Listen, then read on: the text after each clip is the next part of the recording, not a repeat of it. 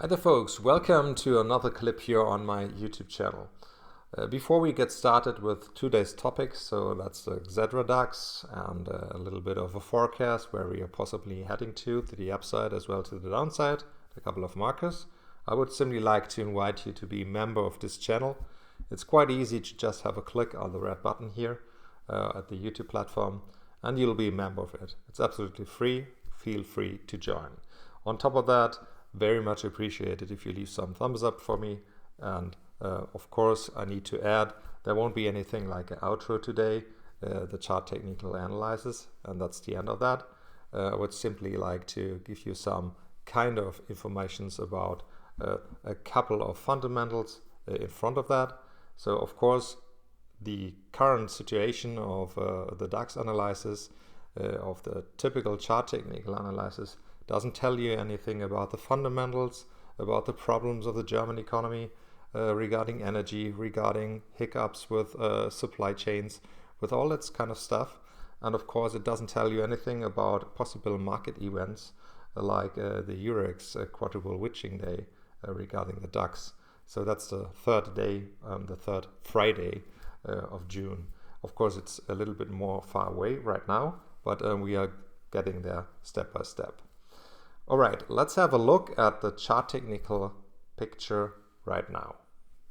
Longer term DAX picture. So that's the Xedra DAX, and as you can see, that's the chart technical software here from Guidance. And I started with a so-called pre-corona crisis high, or actually this one here at 13K, 795.24. So as a 100% fib and the 0% fib.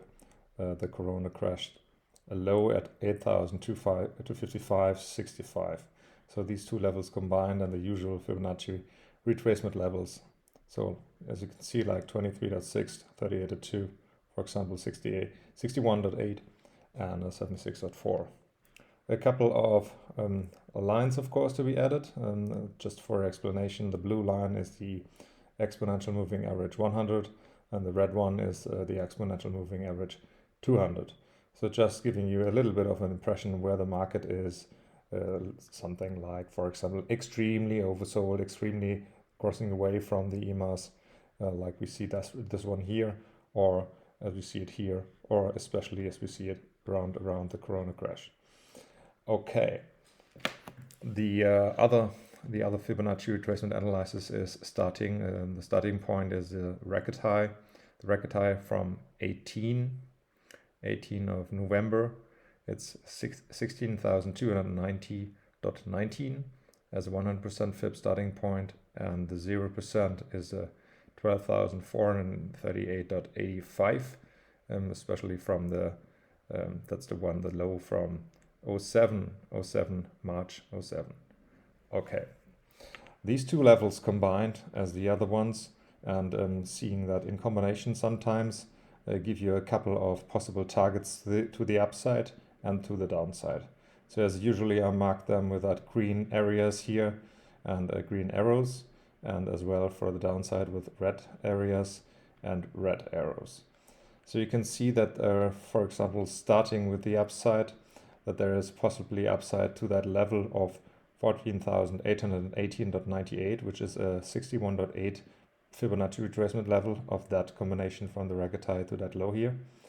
And as you can see, this kind of an area was quite, let's say, important in the last month back into the year 2021, excuse me, in direction May, for example. A couple of levels here again and again tested around that kind of an area. Another possible target to the upside is that 15,381.27. And that's the 76.4 Fibonacci retracement level from that kind of an analysis here from the record high down to that one. And you could possibly see that in combination with the old Fibonacci retracement levels here, the projection level of 15,302.01. So just saying, something like a little bit of a cluster area here around that 15,380 down to 15,300 level. So some kind of areas of interest as we all know, this is nothing like Merlin's glass ball. It's just the analysis and giving you some kind of possible targets to the upside. The other way around, possible targets to the downside. Of course, the first bigger scenario here is the 13,910. That's a 38.2 level. And you see that in combination with the pre-corona crisis high at the level of 13,795.24. Seeing that one as well here, a next level is that old low from 12,438 from the March 07 low. So as a possible next target.